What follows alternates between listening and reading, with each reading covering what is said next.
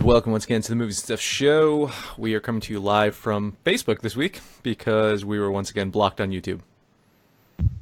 Joining me, Marty and Amanda.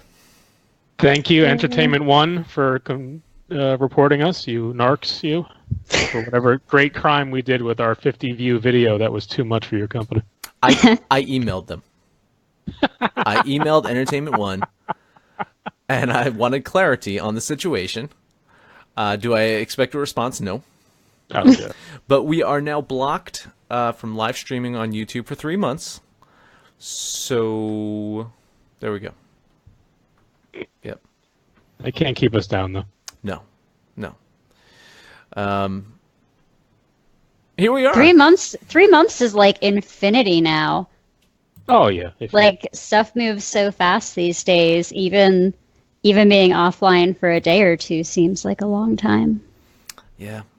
I don't know if you noticed, Marty, I renamed the live video we had scheduled as currently blocked on Facebook Live. on Twitter, on YouTube Live. There's so many live things. I think Twitter has a live thing, too.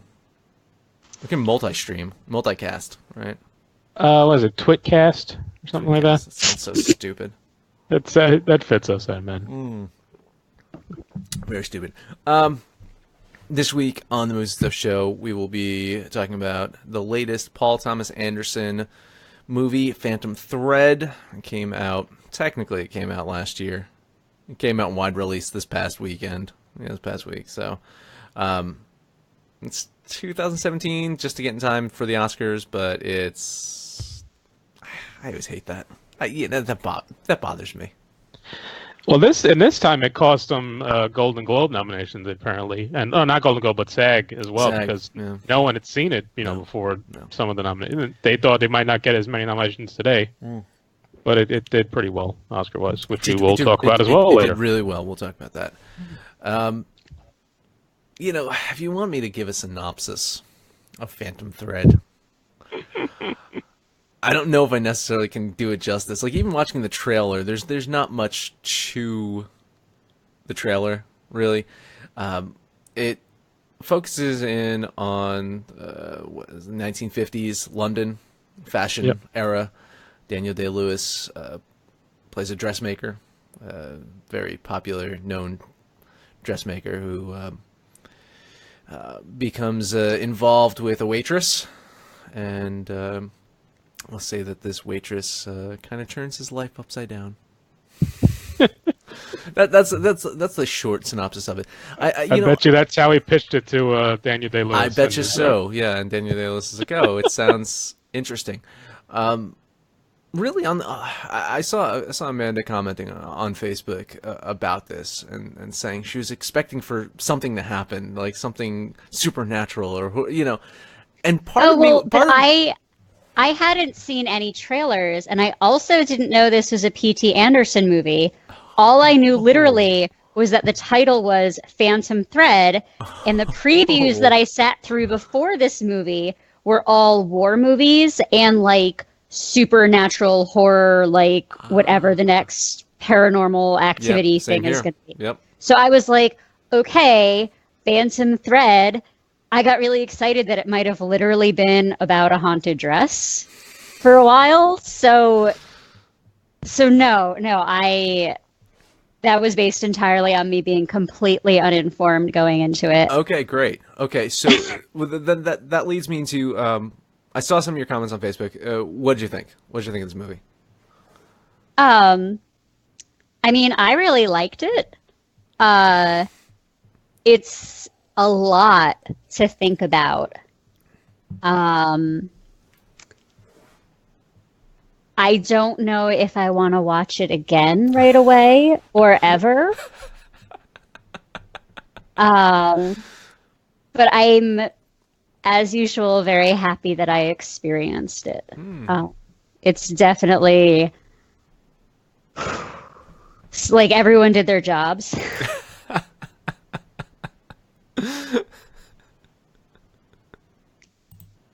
I'm to elaborate a little bit. I'm maybe this affected me a little bit more personally because I love pretty dresses and brunch, and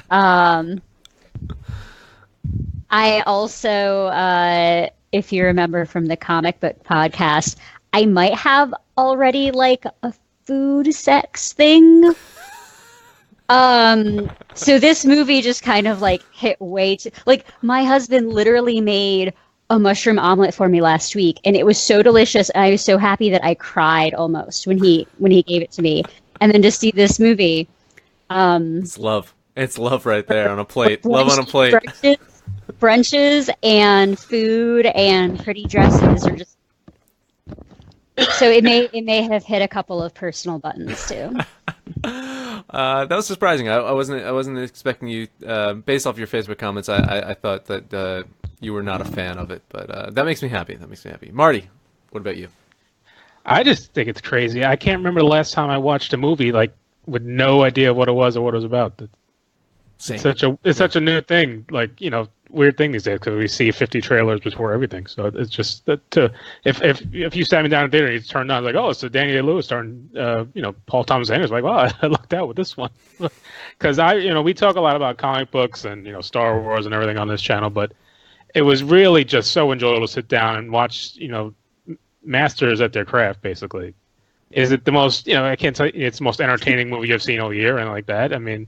But just to watch Daniel Day-Lewis and what could be his last role, in this, our ultimate craftsman as an actor playing a movie about a dressmaker, was just so perfect for me. Right. And it was almost autobiographical, it seemed at times for me, because he's this guy who's so dedicated to this one thing and it takes over his whole life, and that's what we hear about Daniel Day-Lewis all the time. For this movie, he learned how to make a dress.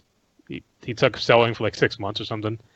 He developed a relationship with the sister of the movie, who we'll talk about, was amazing. Mm-hmm. So before the movie started, he made sure they were friends for like 6 months. He didn't even meet the woman who plays his romantic lead in this movie until the first day of shooting.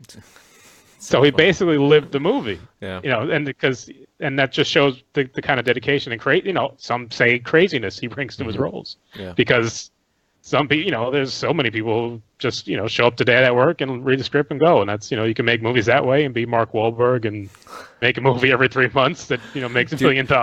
Make a couple $1 million on reshoots. Yeah. Right. Or just, you can do it. So we see so many of those movies. It was just nice to sit down and watch a movie where two guys, Anderson and Daniel Day-Lewis just, painting whatever they wanted, basically. Yeah, I really enjoyed this movie. Same thing. I rewatched the trailer today, and it doesn't tell you anything about this movie. You walk into it, and you can't even tell what kind of character you're going to get from Daniel Day-Lewis. You really, and the peaks and valleys of his character in this movie are fantastic. When he's up and he's maniacal, it's so good. And then when he's brought down to earth and he's vulnerable and weak, and it's equally as good. It's great performance. I think you took it as kind of autobiographical on the part of Daniel Day-Lewis. I took it as P.T. Anderson taking a look in the mirror, taking a look at Hollywood and saying, it's like, yeah, I'm part of the problem too. Male dominated industry.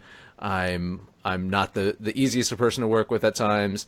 I'm going to paint myself in kind of a negative light and use this character as a way to do so. And I think really, promote, and you see this towards the end, which we'll get to it, really promote how women should be given more of a chance in the industry and so forth. That's how I kind of interpreted it. Less about Daniel Day-Lewis, more about P.T. Anderson. Which I really enjoyed. I really liked that part. I think the downfall, in a way, is at the end of this movie, everyone's just talking about Daniel Day-Lewis's performance and how great it was and how amazing. And there was two equally great performances, both by women in this movie. Fantastic. Truly fantastic performances. One of them did get nominated, which we'll talk about later, for Best Supporting Actress.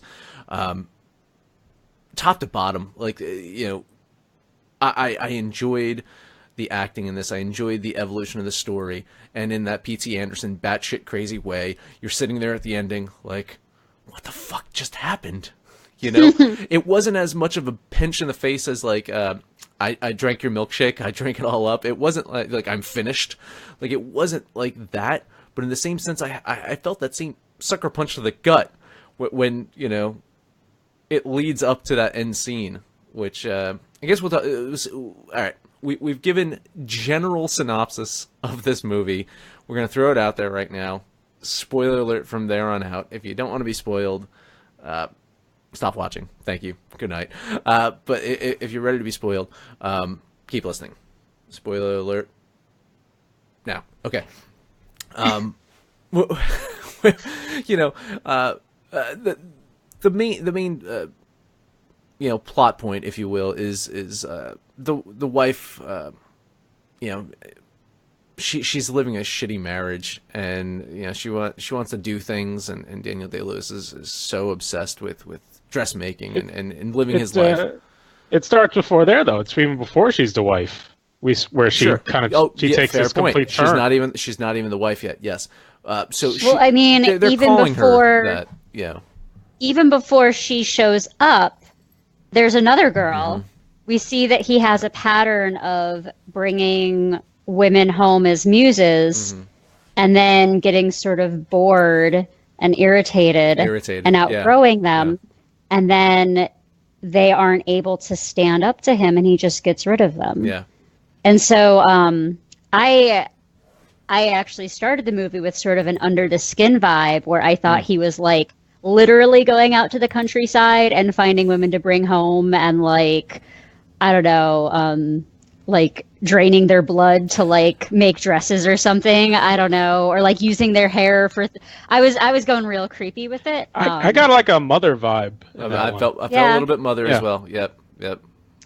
Synergy. But yeah, so even before we see him in this awkward relationship with the with Alma, who's narrating, we see that he has a pattern of doing this, which kind of sets him up as being.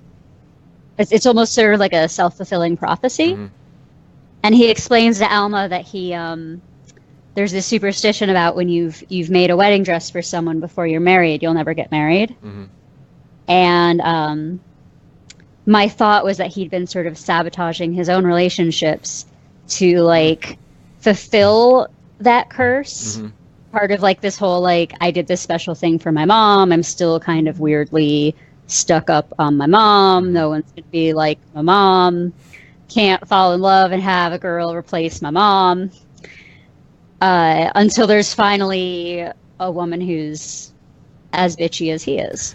But also, finally a woman who takes care of him like his mother, because he's vulnerable, he's sick, mm-hmm. and she is. She gets him through the entire thing, and she's with him, and, you know, keeps telling the doctor to fuck off. I mean, and that was one of the Gleasons, right? I think. Was that? Was it? Yeah, I think that was he was the other one from Mother. Yeah, there you go. That rhymed. Yes, he was. I think he was the younger brother in Mother or something like that. Yeah.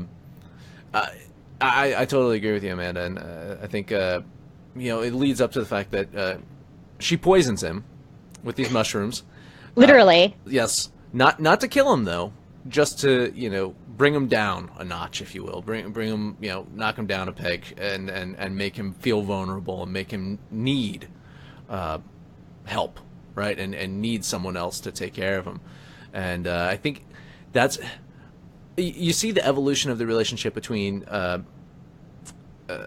Alma and the sister as well, and how the sister's like, you know, becomes a supporter of her, and it's great. It's you know, you're talking about you know, really knocking the shit out of you know, what geez, the words. You can do it. Words.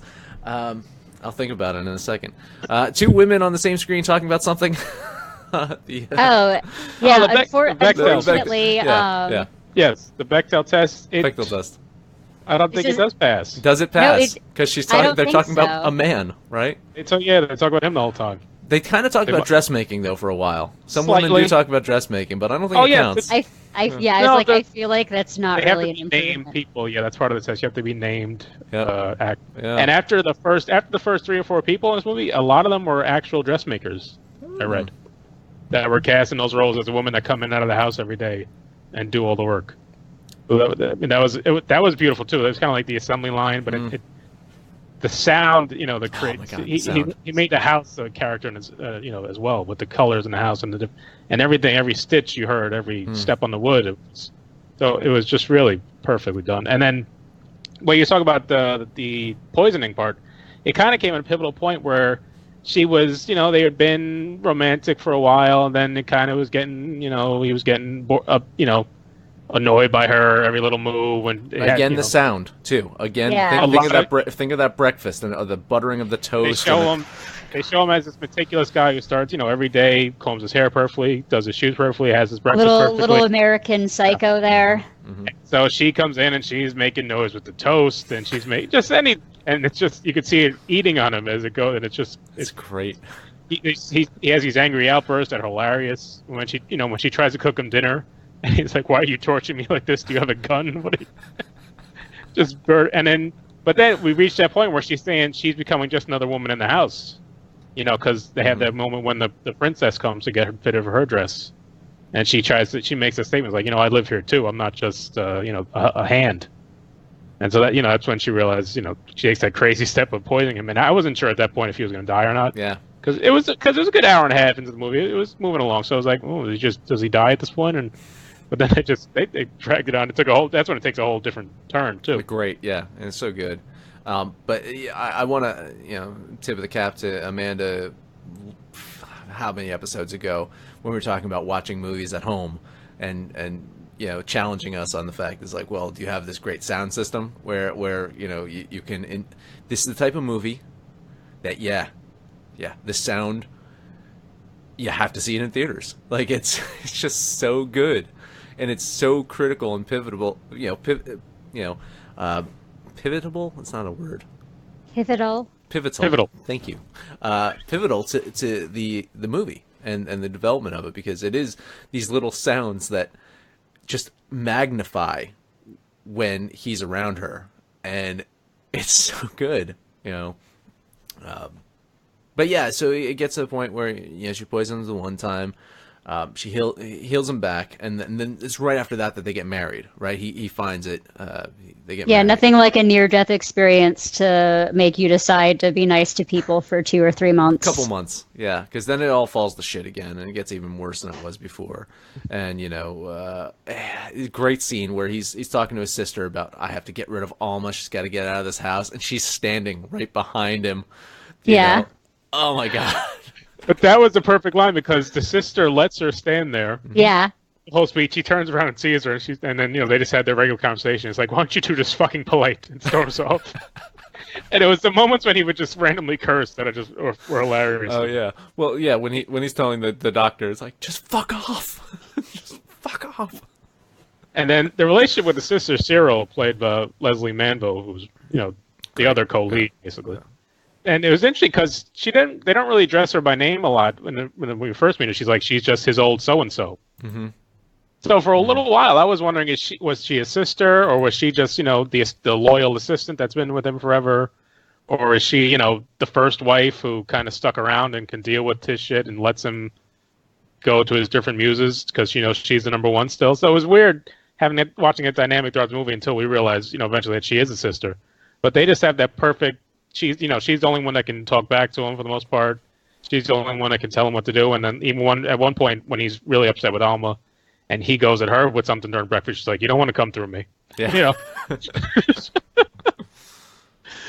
So to see her kind of evolution through the movie as well, where she's just not. We first meet her, she's just a woman who sits there and takes notes and does everything he says, but she's, you can see she's kind of running this show behind the scenes just as much as he is, and she has many funny moments as well, and then she has her moments with Alma so she just showed a bunch of different things. And again, she's just not that she's for her first big role that I've ever seen. She's mostly a actress in London on the theater mostly. Mm. So we talked a lot about Spielberg last week in our review that does not exist anymore. It doesn't exist anymore. Well, we're gonna have to redo. Yeah, he's able to take all these, known actors and put them in small roles and get the best out of them. Where Anderson here is taking unknowns really, and putting up against Daniel Day-Lewis, and they're scene for scene with them. They're not, he is a force in the movie, but he doesn't overpower them in any scene. No. I find that fantastic. I really, I'm a huge fan of P.T. Anderson. I love P.T. Anderson and our former co-host Abe. We did not see eye to eye on that mutual love, and this fits nice into his collection. Unlike Amanda, like I do want to see it again. Like as soon as it's out on video, like I would totally see it again. This is how it all played out too. It's a movie that I knew my wife was gonna want to see, and so I knew I couldn't see it without her seeing it. I couldn't. The guilt would eat me alive, and so I told Marty, I was like, "Yeah, I'm not gonna be able to see Phantom Thread this weekend. We're gonna have to talk about something else." So then on Sunday, I told my wife, I was like, "Hey, how about I watch the kids? You go watch Phantom Thread during the day. I'll watch the kids during the day. She can have her afternoon to go see Phantom Thread." And she took me up on the offer. She went to go see it in the morning, and then I went to go see it at nighttime after the kids were in bed. So I made it work, but I couldn't see it without her seeing it. So, and I'm glad that she got to see it before me, because she got to hold that over me during the day. Until you said you were actually going to go see it on Sunday, I was about to offer to come babysit for you guys, just because I want to talk about this movie so bad. Because if we weren't doing this, man, we were going to watch a Nicolas Cage movie. I told her on demand. So we still might. We might be doing that next week. But yeah, it's one of those things that a P.T. Anderson movie to me is very special. I remember, I saw There Will Be Blood a couple times in theaters. I saw The Master in theaters. And I didn't see Inherent Vice in theaters, but I got a DVD screener from the Oscars, so I didn't have to. Oh. What year is it? So what was that? That was 2 years ago. Was Inherent Vice? Yeah. So. I just feel like those screener DVDs getting around was like a mid 2000s thing. Yeah. Right. Yeah. So I didn't definitely had a guy friend try to impress me with like a screener copy of Two Towers or something. Nice. Because like it came out in December, and in January he's like, "I have a copy already," and I was like, "So does the theater." I don't know. I was young. It might have. Yeah. You didn't go back to his place and watch his Two Towers. No.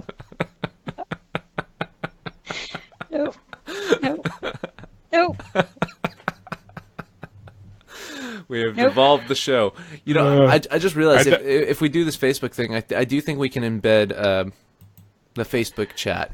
So you should also spell review right on the screen. Thank you for calling. Who called me out on it? I just noticed. Oh no, I noticed it in the very beginning, and I'd already committed. So I was just hoping that the font is so fancy that no one would notice that the E is missing there. Yeah. I was like, is that English spell review for a second? I was like, no. This was me putting a show together in like 5 minutes beforehand to see if we can actually go live. Yeah. That could be our thing. We'll spell review wrong.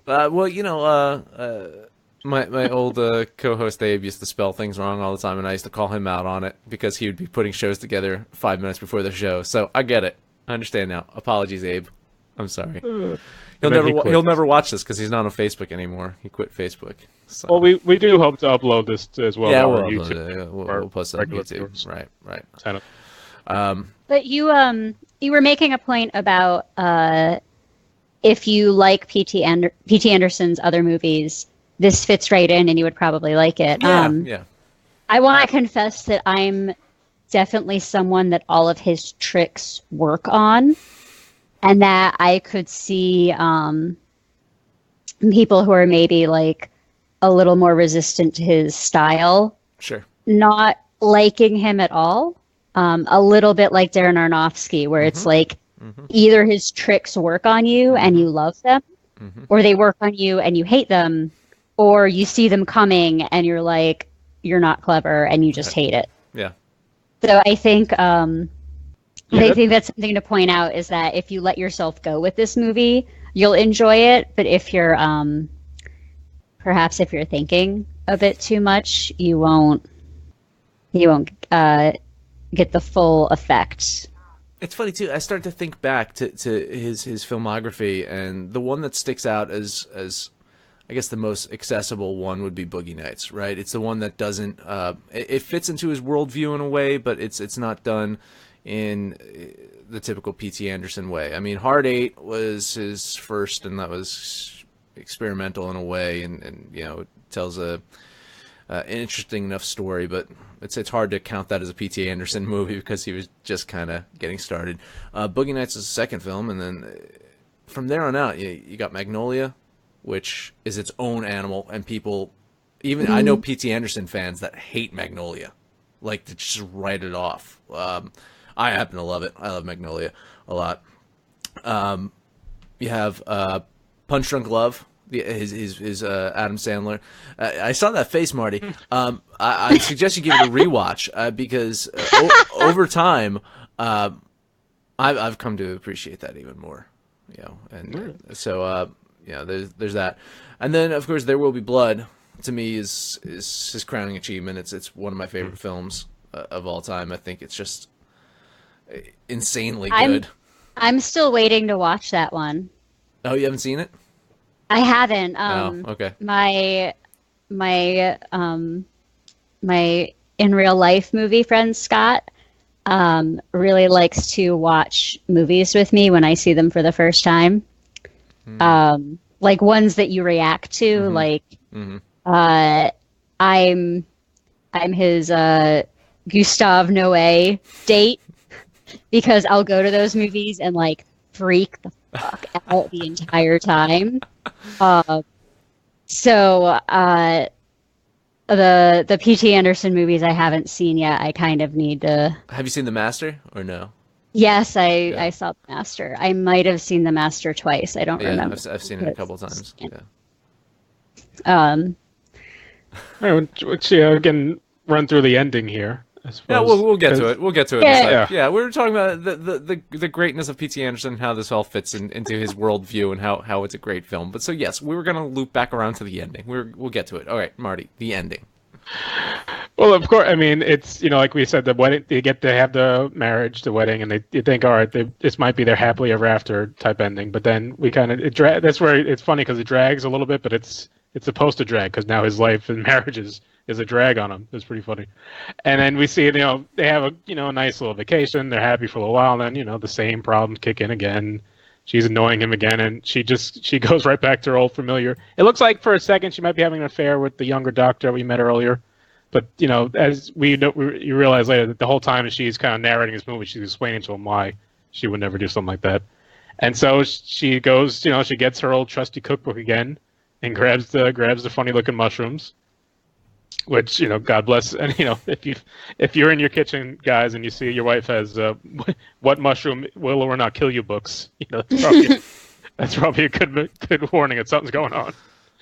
But it was just funny to me. He kind of, that moment where he realizes what she was doing and what he had, it all kind of replays in his mind, like, oh, she kind of, she trapped me into this in a way. And instead of using it as a reason to kill her or run away, he loves he embraces it. Like when he takes that bite. That was a perfect moment because remember their first date where there's this moment where they're staring at each other and she's like, "You'll never win a staring contest with me." Mm-hmm. Yeah. And then they're at that table just staring at each other as he's eating. He doesn't even lock out. He doesn't look at his food or anything. Just staring at her the whole time, and she doesn't blink either. And it was kind of their whole relationship was her not blinking. And her not backing off, her not blinking. Yeah. And then when she breaks it down, she's like, yeah, you're gonna lay down. You're gonna lay down. You're not gonna like it. You're not gonna die. I'm gonna take care of you. And it's like, man, so good. And then you realize that she's telling the story to the doctor. Because it's probably good to have a doctor close by. Yeah, just FYI, this is why we're gonna call you once a year. They didn't have much ending with the serial character. Because she doesn't really, there was no moment where she found out what happened, really, I guess, and those, she was kind of left there. Right. It's still, I mean, it's still a perfect ending, but she was such a force in the movie, didn't she? I don't really remember her in the last 5 minutes or so. Yeah. I don't know if our Facebook live video has frozen or not. It appears to be frozen on my end. I don't know if it is. I mean, it'll take a second to catch up, but I'm still watching it. It's Okay, fine, so. that's good. Oh, there it is. We're talking again. I thought we were frozen. Anyway, great movie. Absolutely love it. Everyone should check it out.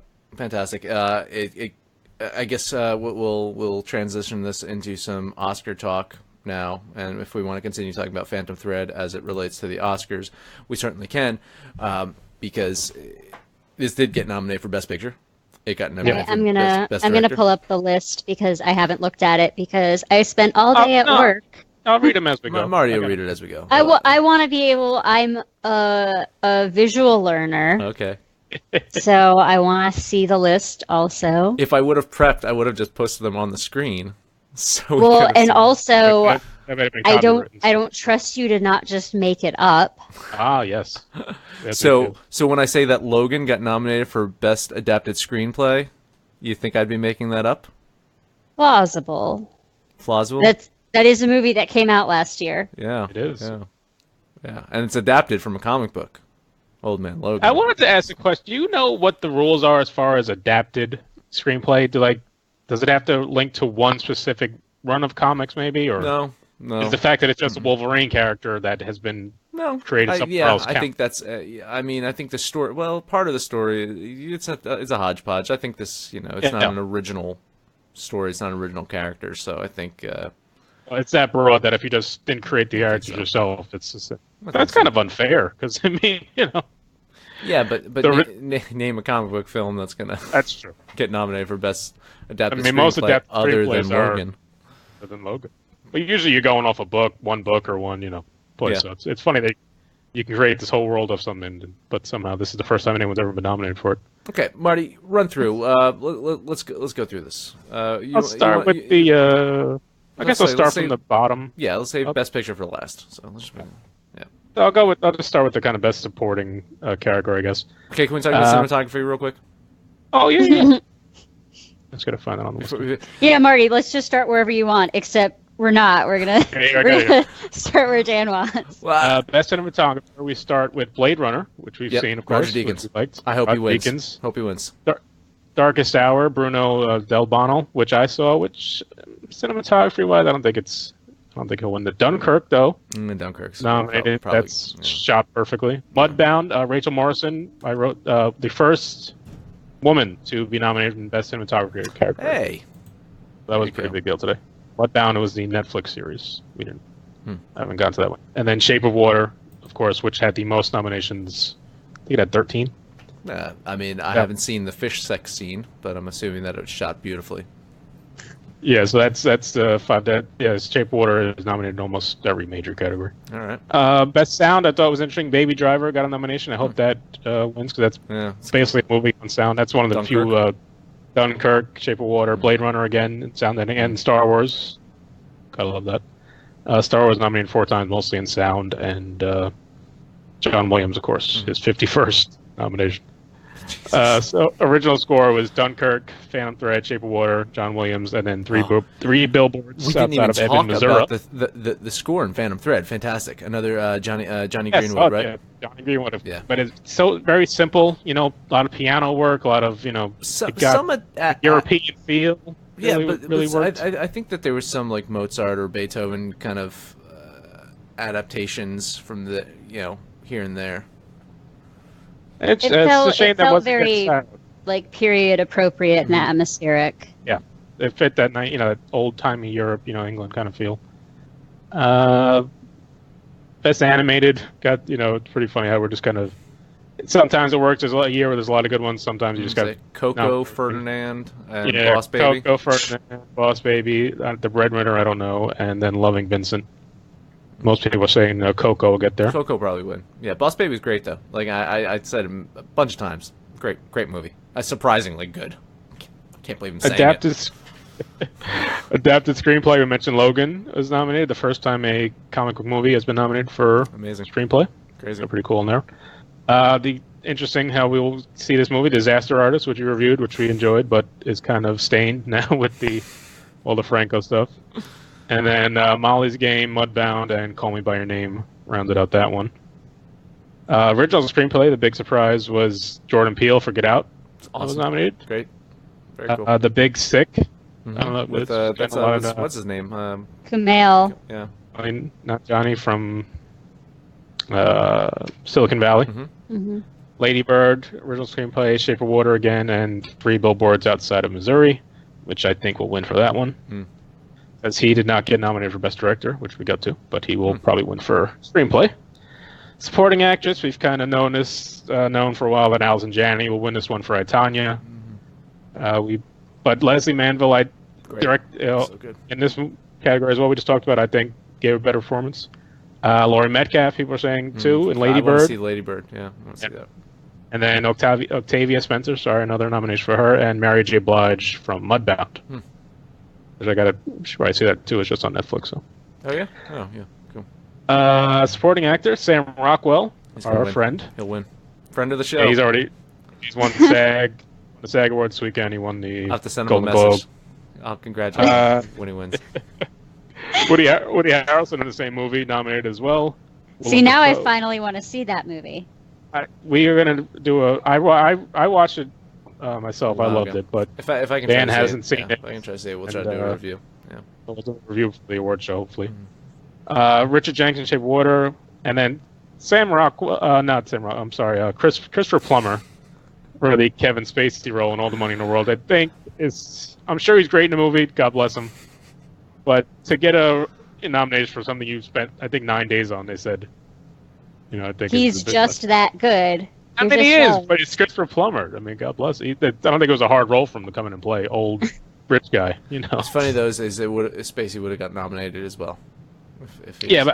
This was like the one spot people were kind of hoping for Professor X, our man Patrick Stewart, to get nominated. Oh yeah. Mm-hmm.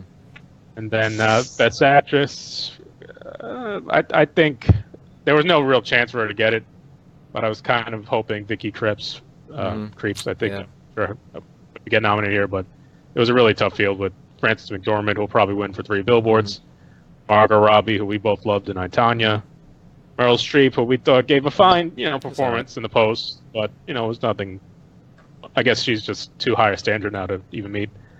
Sally Hawkins, Shape of Water, and then Ronan from Lady Bird, who was also in Brooklyn, who got nominated a couple years ago. Best Actor, the kind of big surprise here was that James Franco was not nominated, coming off his Golden Globes win, but then he had all the problems with the, accusations online about sexual assault and everything that came with that. So, wondering if that had something to do with him not getting nominated. Daniel Day-Lewis, of course. Gary Oldman is the favorite so far. Yeah. You like that performance, right? Yeah, he was really good, but it's really, it's hard to compare the two, really. Who would you say is better? It's kind of thing where Daniel Day-Lewis is always better because he's just the best actor. So you just always, the best player doesn't always get the MVP. Sometimes they mix it around, but considering it might be his last role, has Daniel Day-Lewis ever done an interview with Playboy as controversial as Gary Oldman has? That is the question. They got to start leaking that stuff out there. Daniel Kaluuya, Get Out. That was a nice surprise. Very cool. Timothy Chalamet from Calling by Your Name, which I have to see. And then I guess the Denzel Washington and Roman J. Israel Esquire. I'm sure he's fine in it, but it wasn't a movie anybody I think had much good things to say about this year. So I think he got the spot reserved for Franco. And then Best Picture, we had Best Director, Jordan Peele, Get Out, Christopher Nolan, Dunkirk, Greta Gerwig, Lady Bird, Guillermo del Toro, Shape of Water. We think it's his award? We think it's Guillermo's award? Is that what people are saying? He's won everything so far. Mm-hmm. Paul Thomas Anderson, I think, did a great job. Of course, we just talked about Greta Gerwig. This could be a lot of Lady Bird is one of the more. That could be huge too. Yeah. That's this is one of those years where you can pick any one of 3 people in some of these categories, and it'd be hard to make a case against them. Right. And then Best Picture, they went with 9 this year. Call Me by Your Name, Darkest Hour, Dunkirk, Get Out, Lady Bird, Phantom Thread, The Post, The Shape of Water, and Three Billboards Outside of Ebbing, Missouri. And Three Billboards is the favorite, you think? It's up in the air because they won their half of the Golden Globe, and I think Lady Bird won the other half, and then Shape of Water is right there. Yeah. I thought Phantom Thread was great. I don't think it'll be considered Best Picture unless somehow Anderson wins Best Director. But okay, so what is the Best Picture out of the ones you've seen? To you, is it Three Billboards? I've seen Three Billboards, The Post, Phantom Thread, Get Out, Dunkirk, and Darkest Hour. Right now I have to go Three Billboards. And it's the first one I think I watched of any of them, but still. It's Amanda, just other than Phantom Thread, I guess you've seen Get Out as well. Any others that you've seen of the Best Pictures? This year I haven't. I'm looking, and most of these were later in the year, or they're out right now. Yeah, this was a very. And I've been a little busy. Like holidays and then year end at work has been kind of like depressingly busy. So. That's what we always say. Like we said, if you just had some kind of streaming service, pay whatever. Here are the 9 Oscar movies if you want to watch them at home. I mean, it'd be so much easier. Seriously.